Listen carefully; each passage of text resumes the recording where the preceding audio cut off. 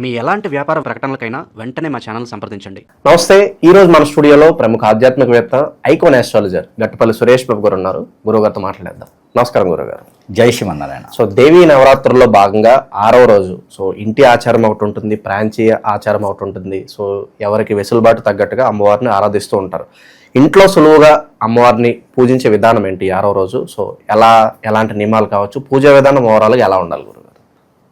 ముఖ్యంగా మన విరు రాష్ట్రాల్లో అయితే కనుక కొన్ని ఆలయాల్లో, ఇప్పుడు వైష్ణవ ఆలయాలు ఉన్నాయి అనుకోండి, విష్ణు ఆలయాల్లో అమ్మవారిని కొలిసే విధానం వేరే ఉంటుంది, అవతారాలు కూడా వేరే ఉంటాయి. అలానే మనకి శివాలయాల్లో కొన్ని ఆలయాల్లో ప్రాంతాల ప్రకారంగా అవతారాలని కొన్ని మార్పులు చేర్పులు అనేది అవుతూ ఉంటాయి. అయితే కనుక మనకి ఒక అవతారాల్లో ఒకటి మనకి 6వ రోజుకి వచ్చినప్పుడైతే కనుక ఈ లలితా త్రిపుర సుందరి దేవి అవతారం అనేది మనకి 6వ రోజు వేయటం అనేది జరుగుతూ ఉంటుంది. ఒక్కొక్క అవతారానికి 5 రకాల ఉప అవతారాలు ఉంటాయి. అందులో ఒకటి లలిత త్రిపుర సుందరి దేవి అవతారం. మరొక ఆలయంలో మరొక అవతారం ఉండొచ్చు, బట్ అది కూడా లలిత త్రిపుర సుందరి దేవి కిందనే వస్తుంది. కాబట్టి ఆరాధించేది మాత్రం ఒకే రకంగా ఉంటుంది. అవతారాలు వేరైనప్పటికీ ఆరాధించేటువంటి దైవం, ఆరాధించేటువంటి అమ్మవారు, మనం ఆరాధించే విధానం అయితే ఒకటే ఉంటుంది.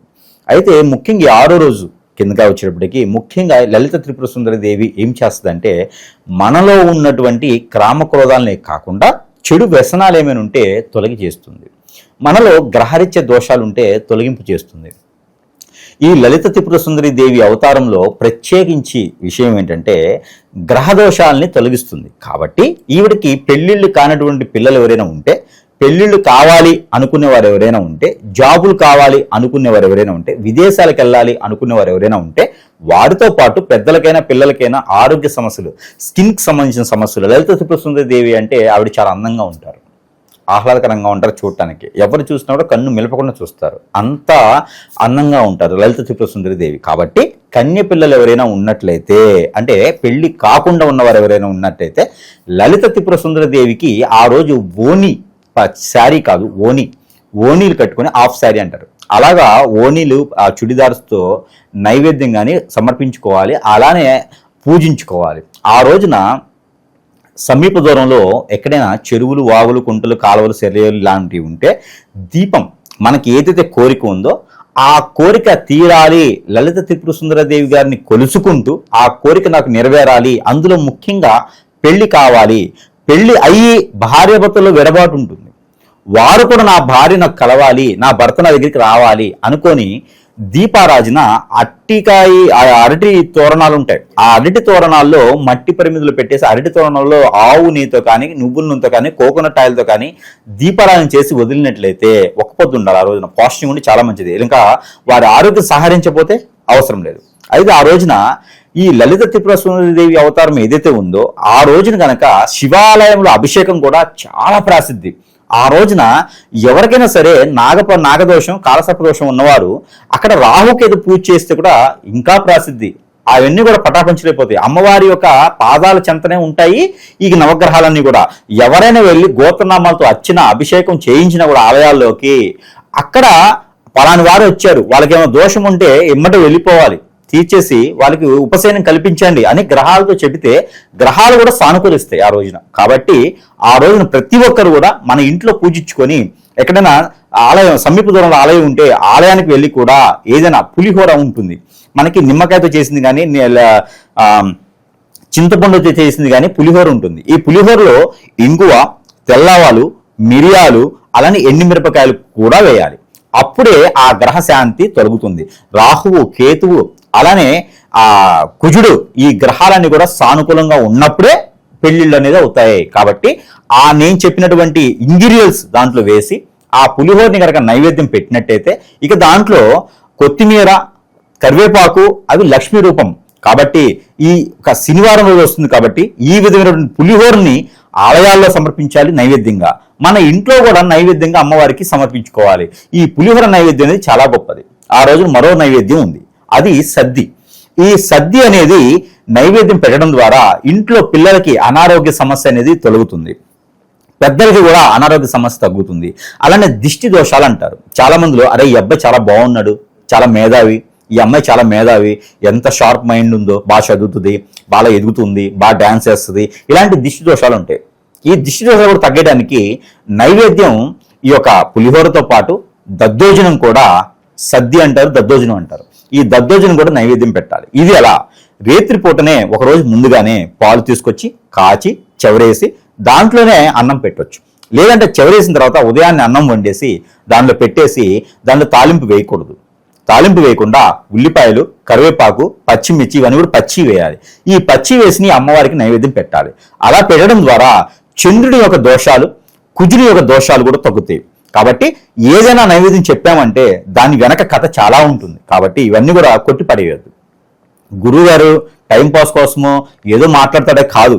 దానికి ఒక రీజన్ ఉంటుంది, ఒక పద్ధతి ఉంటుంది, ఒక పని ఉంటుంది, దాని వెనక ఒక ప్రతిఫలం ఉంటుంది, చైతన్యం ఉంటుంది. కాబట్టి ఆ విధమైనటువంటి విధానాలు చేస్తే ఏదైతే ఆ రోజున ఉందో ఈ యొక్క లలిత త్రిపుర సుందరి దేవి అవతారం రోజున ఈ యొక్క పులిహోర, దద్దోజనం, సద్య అంటారు కొన్ని భాషల్లో, ఇది నైవేద్యం పెట్టొచ్చు. ఇంట్లో అయినా ఆలయాలైనా ఈ నైవేద్యం పెట్టాలి. ఇకపోతే విదేశీ ప్రయాణం చేయాలనుకున్న వారు, అలానే కోరికలు తీరనటువంటి వారు, అలానే ఇంకా ఫ్యాషన్ డిజైనరు, మోడల్గా వెళ్ళాలి, నేను సెలబ్రిటీకి వెళ్ళాలి అనుకునేవారు ఎవరైతే ఉంటారో వీరందరికీ కూడా ఈ శనివారం రోజు పెట్టేటువంటి నైవేద్యం వల్ల వారికి కలిసి వస్తుంది. ఇకపోతే చదువు ఎక్కువగా రానటువంటి వారికి కూడా ఆ రోజు నైవేద్యం పెట్టొచ్చు. మేధాశక్తి ఎక్కువగా ఉండాలి, నేను అందంగా ఉండాలి అనుకునే వారు కూడా నైవేద్యం పెట్టొచ్చు. ఇలానే సెలబ్రిటీలుగా ఎవరైనా వెళ్ళాలనుకుంటే వారు, మీడియా రంగంలో ఉన్నవారు, అలానే సినీ రంగాల్లో ఉన్నవారు కూడా ఆ రోజు నైవేద్యం పెట్టుకుంటే, అమ్మవారిని కొలుచుకుంటే కనుక ఖచ్చితంగా వారికి మంచి జరుగుతుంది. అలానే ఎవరైనా ఫ్యాషన్ డిజైనర్, అలానే కాస్మెటిక్స్ లాంటి వాటిలో ఉండాలి, అలానే ఇంకా వేరే విధంగా పోటీ పరీక్షలు రాసుకోవాలి, వీళ్ళందరూ కూడా ఆ రోజు నైవేద్యం పెట్టుకుంటే సరిపోతుంది. ఆ రోజు శనివారం కాబట్టి కొంత కాఫీ కలర్ కానీ, బ్రౌన్ కలర్ కానీ, సిమెంట్ కలర్ కానీ, లేదా స్కై బ్లూ కలర్స్ లాంటివి అమ్మవారికి శారీ రూపంగా సమర్పించుకుంటే చాలా మంచి జరుగుతుంది.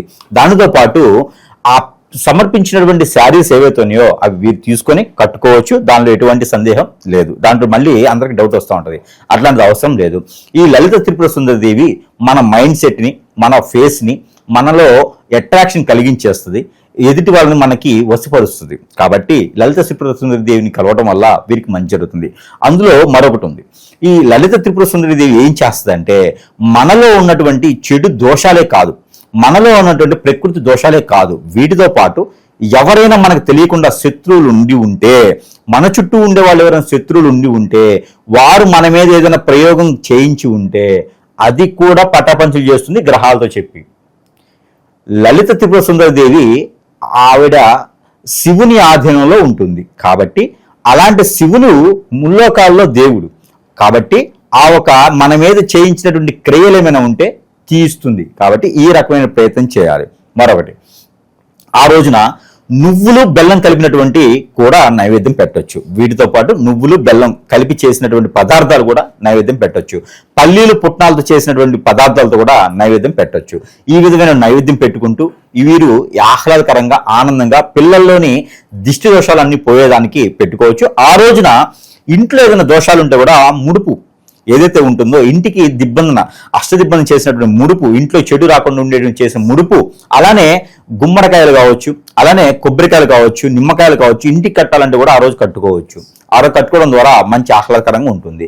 ఆ రోజు మరొకటి ఏంటంటే ఇంట్లో ఇంట్లో ఏదైతే ఉందో బ్రాహ్మీ ముహూర్తంలోనే స్నానం ఆచరించి ఆ రోజు కూడా పాజిటివ్ ఉండగలిగితే శని దోషాలు ఒకటే కాకుండా, కాలసర్ప దోషం అవసరం ఒకటే కాకుండా వీరి పూర్వీకుల శాపం కూడా అంతటితో వీరికి పటాపంచలైపోతుంది. కాబట్టి ఈ విధంగా చేసుకొని ఈ నవరాత్రుల్లో ఏదైతే దేవీ నవరాత్రులు ఉన్నాయో అదృష్టవంతులు అవ్వచ్చు.